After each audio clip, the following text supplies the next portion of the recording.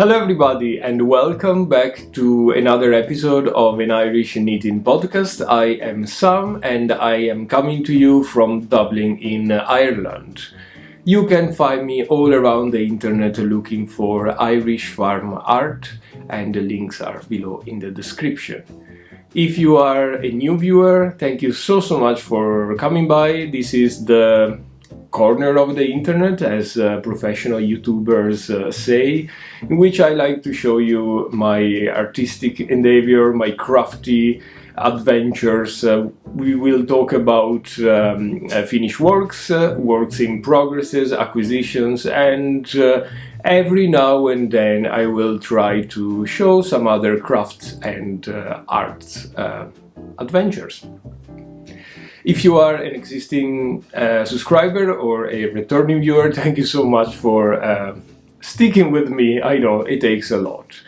I would like to thank you all for the great support in my last few project videos. If you haven't watched them, the links are gonna be below as well, in which I show you the full process of knitting the zipper sweater light by Petite Knit. We'll talk about that in a second as well. I just realized that we are skimming the 5,000 subscribers in this channel and I'm blown away. I could have never imagined such a support, and the fact that me blathering about art and knitting would actually reach such an audience. I know in the grand scheme of the YouTube, 5,000 subscribers is nothing, but for me it really means a lot. So before we jump into the knitting world, I would just like to take a second and reintroduce myself, because of course there's been a lot of new people and you may not know me. I'm just someone that pops up in your YouTube page every now and then. So yeah, I am Sam. I come from Italy originally, as you can probably tell from my accent. I come from Venice. I have been living in Ireland for the past century or so, probably. I became an Irish citizen, so I consider myself both Italian and Irish in terms of course, citizenship and culture as well. I have started knitting, I don't know, when I was a kid. My grandmother and my great-grandmother kind of taught me how to caston, do some stockinette. Then in school in my region we have a class called, I don't know, applied techniques, something like that, which is basically you can do a little bit of carpentry, you can do a little bit of clay sculpting, and my teacher was clever enough to teach us how to knit and bring up this little tradition as well. So yeah, I have started back then, but kind of properly knitting and creating, I think it will be a few years from now. When I kind of started this channel, I was trying to get my first few jumpers done and so on, and then it grew and it became some sort of an obsession.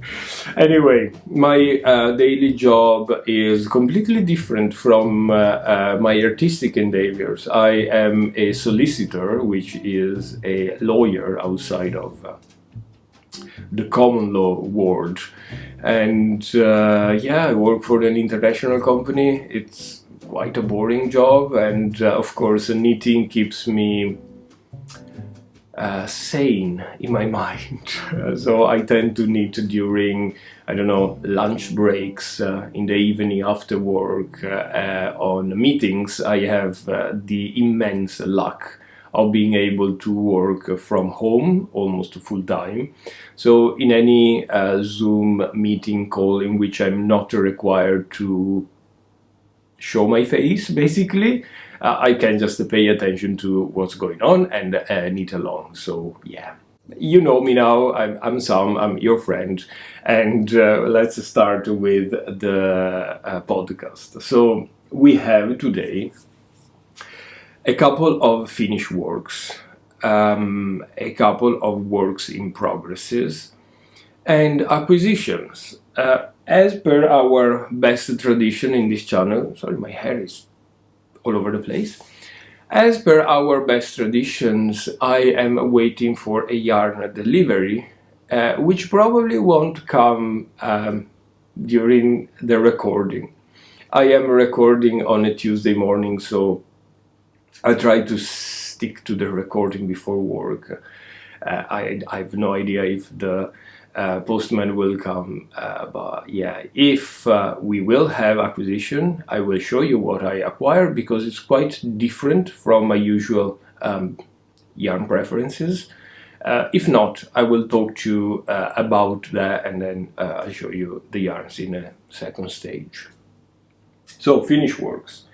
First of all, what I'm wearing here. I decided to put on a woolly alpaca jumper because it's freezing in Ireland, although it should be spring and the temperature should be going up. Here is absolutely cold.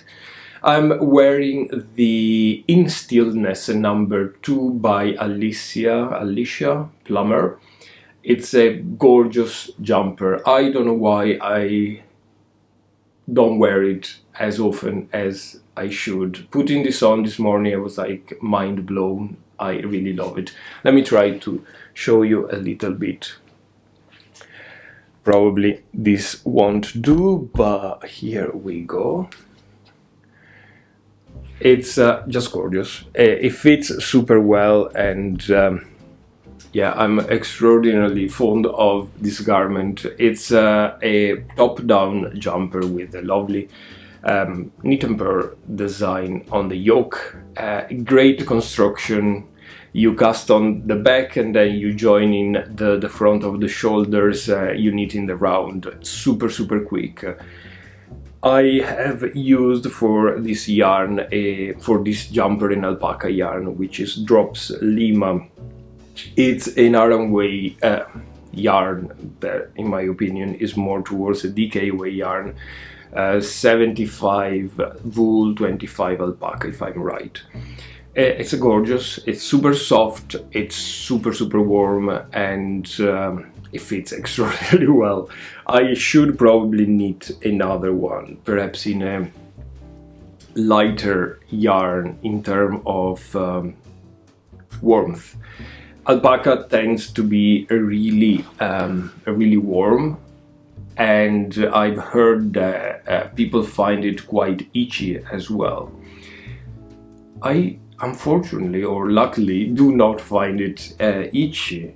I don't know why, to be honest, because wool, proper wool, it's super itchy, especially on my neck. I'm extraordinarily sensitive, and I tend to wear shirts underneath, so long sleeves keep a barrier between myself and the jumper. With alpaca, I feel like the layer of protection is embedded in the jumper, so I don't find this itchy at all. I'm in fact wearing just a sport t-shirt underneath, and works extraordinarily well.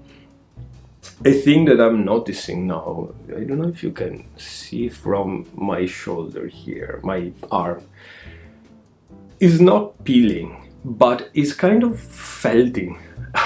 I am always very careful in washing my woolens, first of all, very seldom, and second of all, with cold water.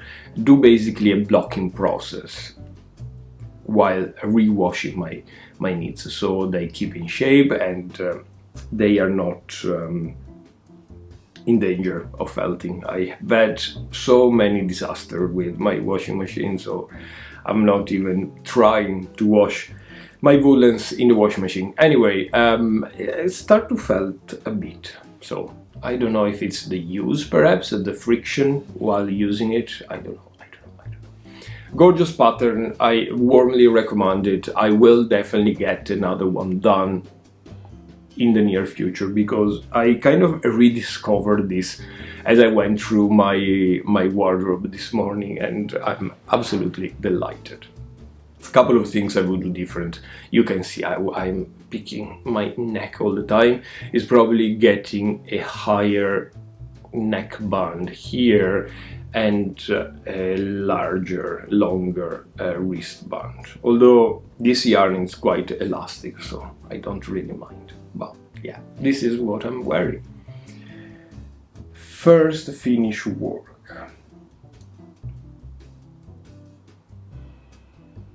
This is the first finish work. So I was talking about this little poppy last episode or the episode before. I was of course waiting for the yarn to come, and the yarn came right after we recorded the episode. So the pattern here is, I have my notes because my memory is completely gone, is Bear in a Fair Isle sweater by Julie Williams. And the yarn that I used is Drops Nepal for the bear in two different colors. We have caramel and beige. Drops Nepal is 65% wool and 35% alpaca. 50 grams by 75 meters, which is a chunky weight yarn. And I have used 1.5 balls of yarn for the bear, plus the tiny little bit of the face. For the jumper and the little trouser game here, I use a combination of sock yarn that I've left in the stash. We have some Drops of Fable and some Teen Peer Gynt. I think is absolutely delightful. Now I need probably to shape a bit better the face, but I think it looks very cute, very sassy, and yeah, I'm very happy with this little toy. The idea for this pattern came because I was watching It's a Sarah from It's a Sarah podcast, and she was talking about a blue rabbit that she knitted. And yeah, she was talking about that in such a joyful and fulfilling way that I was like, I need to knit a bear again. I have knitted one before. It was a present, so I gave it away, and I had to have one and knit one for myself. This is living up there on the mantelpiece. If you have watched my previous couple of videos, you have seen him popping around. He is called Jonathan. I have no idea why, but it's just his name. So Jonathan is as well wearing a little pride pin. Let me show you. This is a heart pin that I designed with the color of, in this case, the transgender flag. It's in my Ravelry page. I'll put the link below in the description. It's a free pattern. It's just a little heart-shaped pin with all the colors of the pride flag. So we have the rainbow pride flag, we have the transgender flag, we have the bisexual flag, and all of them basically. It's just a little pin that you can create for yourself to wear during Pride, or just pop on your bag or your jacket or wherever you want. It's quite effective, really simple, takes no yarn, and as well you can knit it for my Rainbow Cal 24, which is the knit along that I'm running for this period running up to Pride month, which is June. I will talk about that a little bit more later if you wish. But yeah, it's a little tiny pattern that you can find in my Ravelry page or on Lovecraft. Super easy, I'll recommend it. I'm very happy with Jonathan here. He's very happy to be in the house. It's quite bossy, to be honest, but you know, has a bit of attitude. Anyway, let's move on and go on with the next finished works. You have seen this before as a work in progress. This is a pair of shorty socks. It's the heel tab socks by Larissa Gregory. Right. By the way, for any patterns, I put links everywhere, so you will find them somewhere. If I'm not mentioning something in my Ravelry pages or on Instagram, there are informations, or you can just give me a shout and I'll give you all the information that you want. So this socks is a lovely little shorty socks with a heel tab situation. Here it's quite gorgeous. It's a free pattern, first of all, which is great. It's exactly what I was looking for. Easy peasy sock that I could just knit and bring about and have something done with a scrap piece of yarn. This is Drops Fable again, which is very convenient. Drops sock yarn. It's about €2.50 for a ball of 50 grams, 25/75 polyamide and wool. Great. Nothing to say there. The only thing is just it's a bit sheer and it's not as strong as other sock yarn that I've knitted before. But if you're looking for colors, if you're looking to experiment a bit with a very inexpensive wool yarn, it's a great option. So the way you do this, you cast on for the tab here with a provisional cast on, and then you knit the tab using short rows, then you pick up the stitches. So this is like a double thickness, double knit, and then you knit down the foot. The heel is in short rows, as in short rows is the toe. I've done short row heel before. I never done short rows heel for the toe, which is something I am actually enjoying very much. And they are perfect. The technique that the pattern gives you is so good, in my opinion, that you don't see any gap between the end of the short rows and the foot. It's a free pattern, so I can't talk about it, but I warmly recommend you to check the pattern itself. You basically, at the last round of short rows, you do a yarn over, and you need to gather the yarn over with the next stitch afterwards. So the little gap there, which is created automatically when you do short rows, is closed. Blow my mind.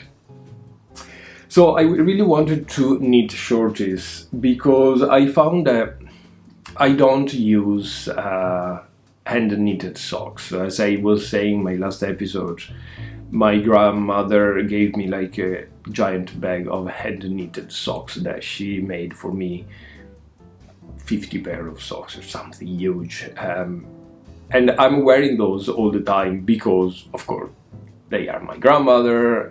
There's an emotional connection, if you wish. My grandmother lives in Italy, so and as well because they are really, really cozy. No idea about what type of wool, nothing, but yeah, I have those. So all the socks that I have knitted myself, I donated to charity. They may serve some better purpose, and I found myself not really wearing what I need. But I do wear a lot of shorties every day as my regular socks, gym socks and stuff like that. So I was like, well, I want to try to make shorties socks. And this was a great find. I think I will stick to this pattern with some modification. One, you can tell I have knitted a ribbing around in the middle of the foot. This because the whole socks was growing quite a bit. We have no ribbing at the calf, so this is quite slouchy, and the slouchiness goes along during the sock. So I had to find a way to make them stick a little bit better to the shape of the foot.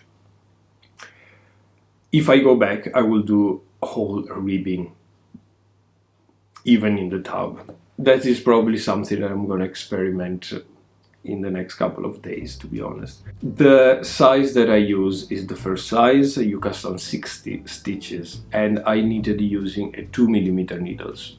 So I don't know, I can't go lower than that. Also because the sock will be so tight that won't fit in my foot, but at the same time they'll be slouchy. So I don't know, I need to figure out in my mind a way to better knit these socks, but I'm very happy with them.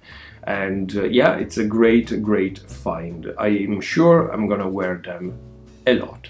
And of course I have a lot of sock yarn in my stash. I need more socks, more shorty socks for sure. Alright, that was the last of the proper finish works. Now we have a guest appearance here. This is my zipper sweater light man by Petite Knit. As you can see, it's huge. I have filmed a few videos going through the process of knitting this jumper.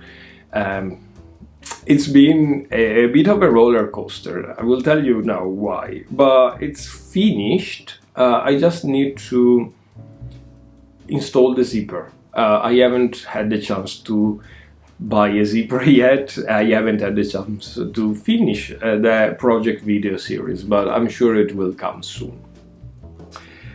Let's talk about the jumper. I have knitted this UZ Peer Gynt by Sannes in this gorgeous yellow mustard color. It looks more yellow on camera, but it's actually quite muted. I really like it. It's very big. It has 20 centimeters of gauge of a positive ease, and yeah, I've knitted the first size. Going down in gauge, going down in needle size is still huge, but after blocking and all, it actually fits quite nice. It's with positive ease. It's not as fit as this one, but you know, you may need a cozy big woolly jumper. So yeah, I have used 13 balls of Sannes Garpier Gynt for this jumper. I'm saying that because every time I buy yarn for a sweater, I tend to buy less yarn than actually I need. So saying how many balls I used in this channel makes me feel better going back to this video in a second time when I need to buy more yarn and see how many balls truly I needed. Because in my mind, when I'm there, I'm always like, oh, I could buy one ball less, it will cost me €5 less. I'm very stingy like that, so it's not good for me. 13 balls of yarn for this jumper. I thought I would have played yarn chicken at the end, but that didn't happen. It was great. I did everything by the pattern apart from the gauge situation, and on all the ribbings, so talking about cuffs and the waistband, I decreased 4 stitches at the last round, so all the ribbings cinch a bit more on the waist and on the cuffs, which is really, I found really good. Now it's just a matter of installing the zipper and the job is done. I really wanted to knit this jumper once again, inspired by It's a Sarah. I need to thank Sarah for all the inspiration that she gives me, because she knitted this for her husband. The thing that made me want to knit this jumper wasn't really for the jumper itself, but because Sarah mentioned that she used afterwards the technique of the zipper situation for other sweaters, other jumpers of hers. So it made me want to learn the technique and have the pattern in my repertoire, in my arsenal, to go back to that when I want, I don't know, to knit another jumper and have a zipper that goes midway, halfway through. The technique is it's amazing. So yeah. So if you wanna look through the way I have knitted this jumper, all the little bits and bobs, please go back to the project videos. I put them in a collection of videos. I will put the link below again. So we are 2 works in progress down. Now, this one. You have seen this as a sweater knitted in pieces. I was on the back side of the sweater. Let me tell you about the pattern first. This is the men's cable pullover number 7 by Novita. And it's a gorgeous cable jumper. The pattern knits this in pieces, so you start with the back, the front, the 2 sleeves, and then you Kitchener stitch them together, I suppose. I have tried that with no success. I was knitting the back. You know how I use my 240 rule to get a perfect fit for my sweaters knitted in the round, 240 stitches at the bottom, Bob's your uncle. That didn't work. Didn't work because, of course, this is very stretchy, full on ribbing from the bottom up to the top. So I knitted quite a large piece, and I was dwelling last time if I should have just ripped off everything or, you know, continue knitting and hope for the best. I had some very good suggestions saying that I should probably use that piece as a sleeve and then cast on more stitches or a larger size for this one. At the end, the ripping off one and I started again. But I know myself. I know that I have started so many jumpers in pieces that didn't turn out, especially ribbing and especially cable sweaters. And I have knitted many large backs of cable jumpers that then turn out to be pillows or I don't know, pieces of other stuff rather than actual jumper. I never been able to master it. So what I've done is I draw down the pattern. The pattern is free. You can find it on the Novita website. And I have re-engineered the pattern as it was a bottom-up sweater knitted in the round. So what I'm gonna do here is continue with this design until I get to the underarm, and then cast off for the underarm as the pattern recommends. Work separated the front and the back, cast off for the neck, and then join on the top of the sleeve as you would do for a bottom-up sweater.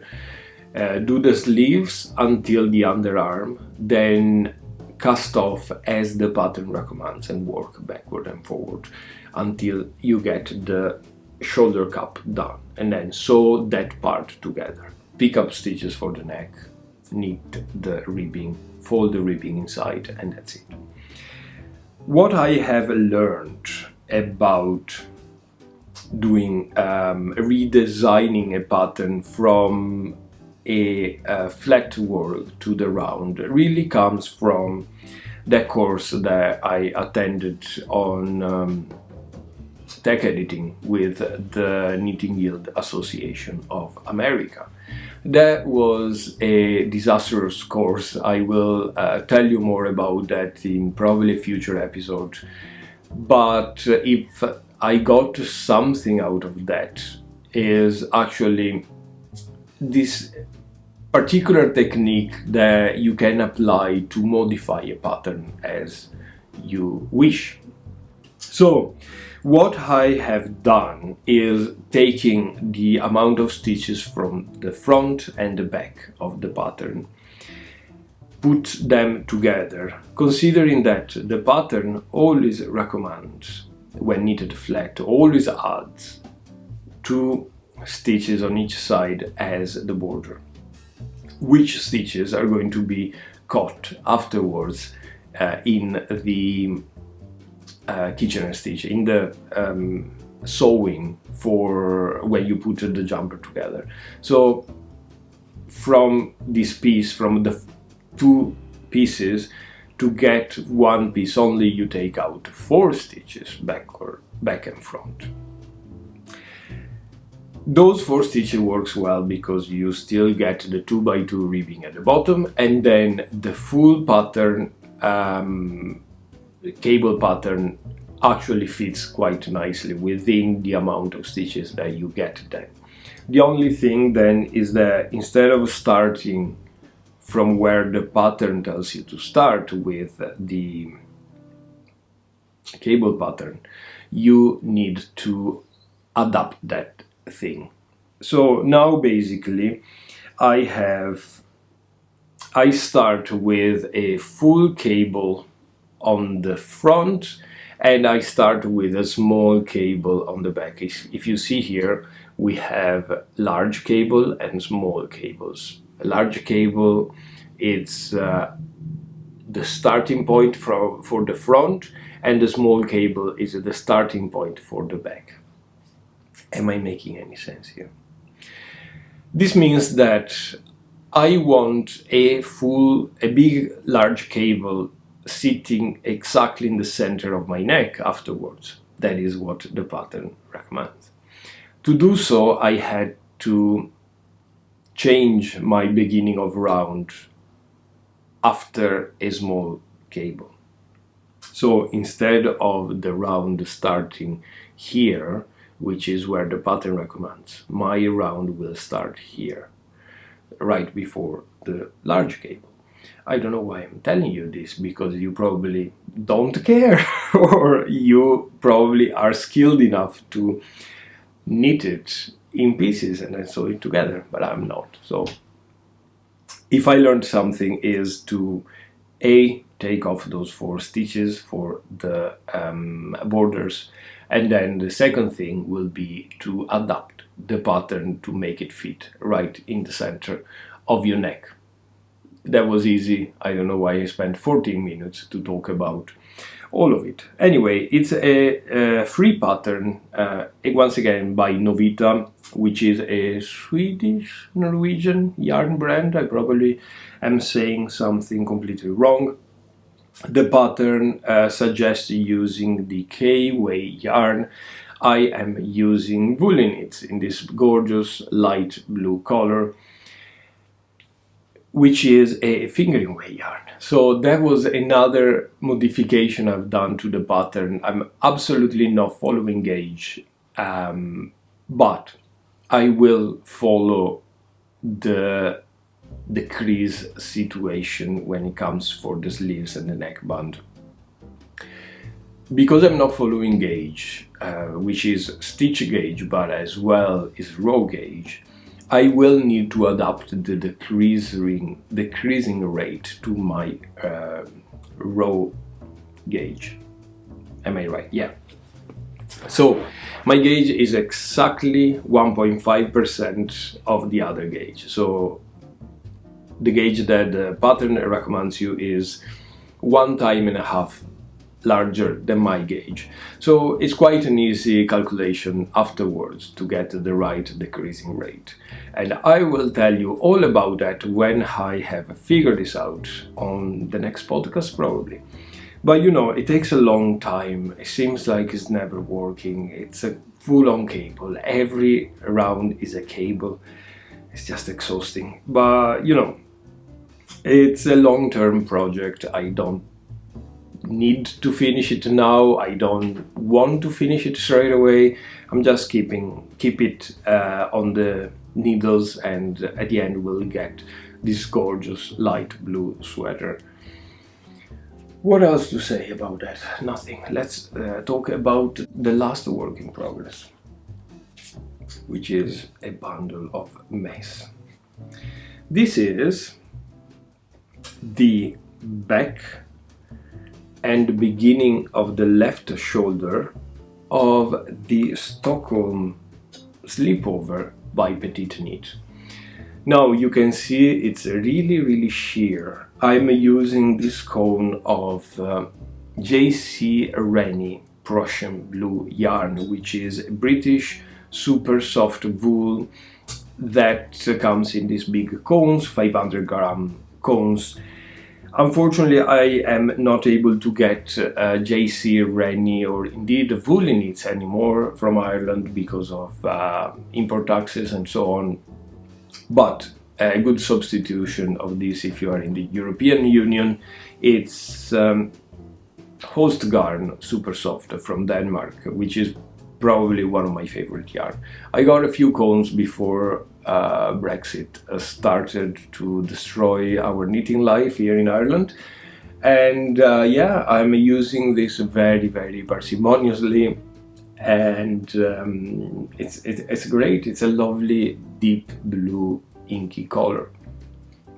So Stockholm Sleepover, it's basically a vest, a tank toppy type of thing that I always had in my back burner situation. I really wanted to knit one for a long time, and I thought it would have been a perfect knit for summer. Hence I went on a website, a local yarn website, and I bought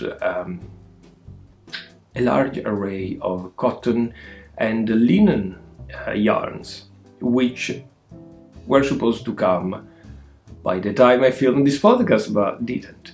So last night I was really itching to cast on the pattern, and the yarn didn't come. It's supposed to come today, so I cast it on using woolly knits. Now I'm probably not engaged, therefore I'm making the 5th size on the pattern. I'm sure it will work out fine. It's just a trial to see if I'm able to knit that pattern, if it's an easy pattern, and just to try it on. And you know, I always can use a dark blue vest, a dark blue sleepover any day, made out of wool. Like, I mean, it's the most classic thing that you can knit, so easy peasy there. I really love this yarn. It's sheer, as I mentioned, but it will bloom after washing. All the spinning oil will wash out, and it will be just great and amazing. And I'm looking forward to get this done. Now, the idea of knitting with cotton yarn and linen yarn is because I think this will be a great garment for summer. I really never knit summer garments, and I know it's kind of a trend here on YouTube of knitting podcasters getting ready for the summer and knitting with beautiful cotton yarns, but I never done that before. I think I knitted a couple of jumpers in cotton. They were fine, but they turned out to grow massively. So yeah, I tried a few different brands of yarn and a few different composition. Cotton and linen, cotton and silk, cotton and merino as well. I find that cotton is very inexpensive, so you can get a large amount of yarns for basically nothing, so which is really good. But we'll see. Now I just am stuck into knitting this in wool, and probably by the next podcast I will get the started, the cotton one started. This has a V-neck in a range of love for sleepovers, for vests. I bought both the version with the crew neck and the V-neck, just because, you know, you always need those type of patterns in your stash, and yeah, that's what happened. That's it for today's knits. We were supposed to have some acquisition, but that is not happening. So the last thing I would like to mention is the knit along that I'm running. As you can see, Jonathan is there wearing his badge of honor. Knit along is called #RainbowCal24, and it's meant to be a knit along to raise awareness and raise the discourse around LGBT issues, but not just issues, like about the LGBT community, and normalize the LGBT community, and get to support the LGBT community, talk about them, and so on. It's going to be a run from last podcast, which is 3 weeks ago, until the end of June. I am actually thinking of making it a summer-long podcast and probably finish it in September, but definitely at the end of June we'll get some pics of halfway point or some sort of celebration for Pride Month. So the rules for this knit along are very easy. Cast on using the LGBT colors, which would be the rainbow flag colors, could be any of the other LGBT flags. I have put some resources down below. You can check my free heart batch pattern on Ravelry. You can knit with variegated yarn that recalls the LGBT color. You can knit with stripes. You can knit color work. You can knit anything that you want. You can crochet. You can cross stitch something which reminds or recall the LGBT colors. And tag me on Instagram, or share here on YouTube, or on Facebook using the hashtag RainbowCal24, and we will draw, I don't know if winners or some honorable mentions by the end of June for sure. I am thinking again to keep it going for the rest of the summer, but we'll see about that. For now, it's going to be the end of June. And please spread the news, spread the word. If you have a Facebook group, mention this RainbowCal24. If you want to enter the draw for honorable mention or some prizes, tag me and tell your friends, everybody. It's not for collecting subscribers, views, or anything. It's just because I really would like to keep on the conversation going, normalize LGBT, and yeah, it's I think it's a good cause. I unfortunately don't do much around supporting LGBT charities or work, so this is my little piece of giving back to the community something. And yeah, that was it. What else? Castons for future projects. I think I'm going to cast on that sleepover with one of the cotton yarns. Let's see what happens there.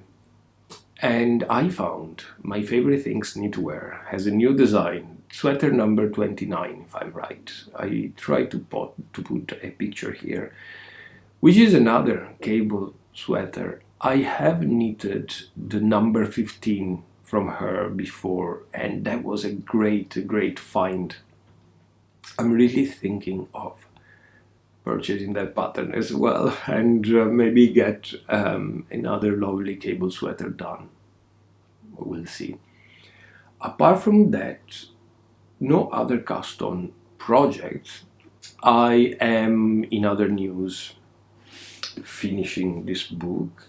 This is The Name of the Rose by Umberto Eco. I found that I read this book before, in 2005, if I'm right. I'll show you now. I have put a date here, 2005, which is probably when I bought the book and when I read it. And I know that I read it because every now and then I find pages that have a little earmark here. I am so bad with my books that I used to turn the page to mark the point where I read it. But you know what? I couldn't remember a thing about this book. 2005, I was very young. I think I was in high school. Anyway, I was really young. I don't know why I attempted to read this book. It's not difficult to read, but it's not easy. It's full of entire pages written in Latin language. Now, this is the Italian version. I don't know about the English version, if they translated Latin or if they have notes with the translations. But it takes some time to read and understand, but I find it absolutely amazing as a book. It's up there with my favorite books. Now I have 50 pages, so I am planning to finish this by the end of today. And I'm really looking for another book to read. Any recommendations? I'm trying to get through books that are kind of the classics, or that are good as your cultural background building, to have in your mind, in your heart, to put there in a bag of your culture and keep on with them. So far, that didn't work out. I have read, as you can tell, all the Tolkien books, all of them. I started with The Hobbit, which was recommended as one of the 100 books you have to read in your lifetime. And I got hooked, and I read them all in a couple of months. That was sidetracking. Then I went on with, it's probably up there somewhere, with For Whom the Bell Tolls by Ernest Hemingway, which once again was great. I think I'm gonna read more about Hemingway starting after this. But yeah, I'm ditching the 100 books to read in your lifetime. But if you have any recommendation of a great book, please let me know. That's it for today. I don't know for how long I spoke. I don't think this is gonna be a long episode. We'll see in the editing situation. But yeah, I really hope you enjoyed. If you did, please consider to give me a subscribe. And if we reach the 5,000 subscribers, we're gonna have a massive celebration. You're all invited. Have drinks, have cakes, and I'm just joking. I'm probably gonna get a prize draw or something like that, but yeah, will make my day for sure. I'll see you very soon. Bye bye.